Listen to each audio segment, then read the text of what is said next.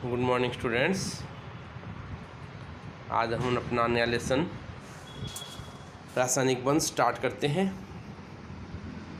देखिए, एक अणु में दो परमाणु एक दूसरे के साथ आकर्षण बल के द्वारा या बंध के द्वारा जुड़े हुए रहते हैं, जिसे हम रासायनिक बंध के नाम से जानते हैं।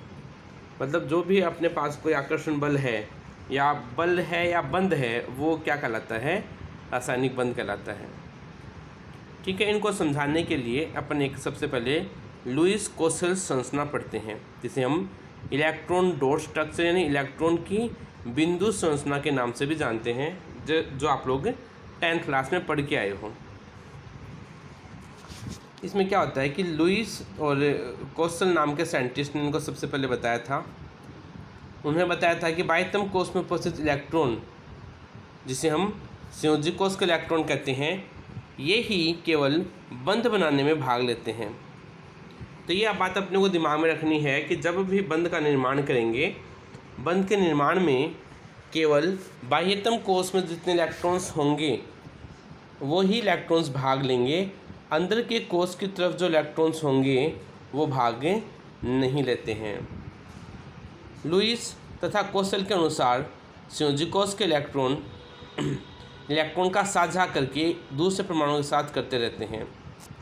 जैसे यहाँ पे हाइड्रोजन के पास एक इलेक्ट्रॉन है और दूसरे हाइड्रोजन के पास भी एक इलेक्ट्रॉन है, तो ये एक एक इलेक्ट्रॉन का साझा कर लेते हैं और हाइड्रोजन के बीच में एक एकल बंध का निर्माण हो जाता है।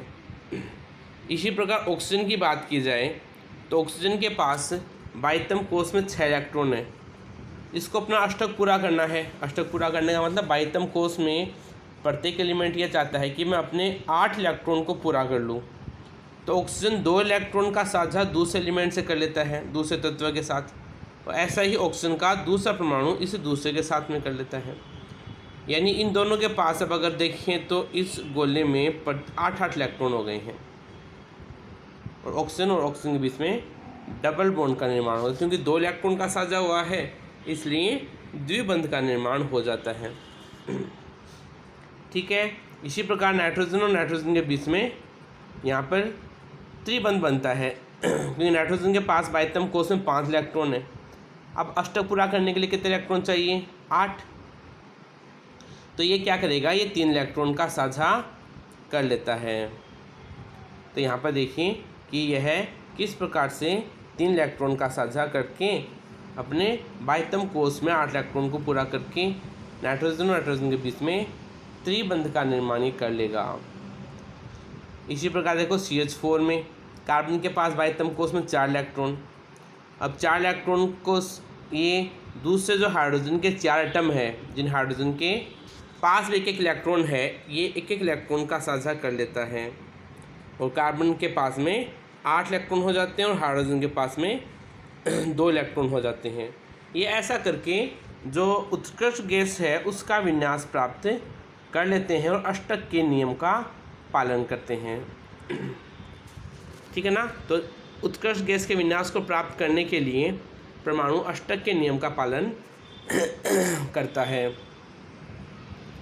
अष्टक का जो नियम है उसके अनुसार कोई भी परमाणु इलेक्ट्रॉन का साझा करके अपने बाह्यतम कोश को 8 इलेक्ट्रॉन के द्वारा पूर्ण करना चाहता है, जिसकी वजह से यह स्थायी हो जाता है।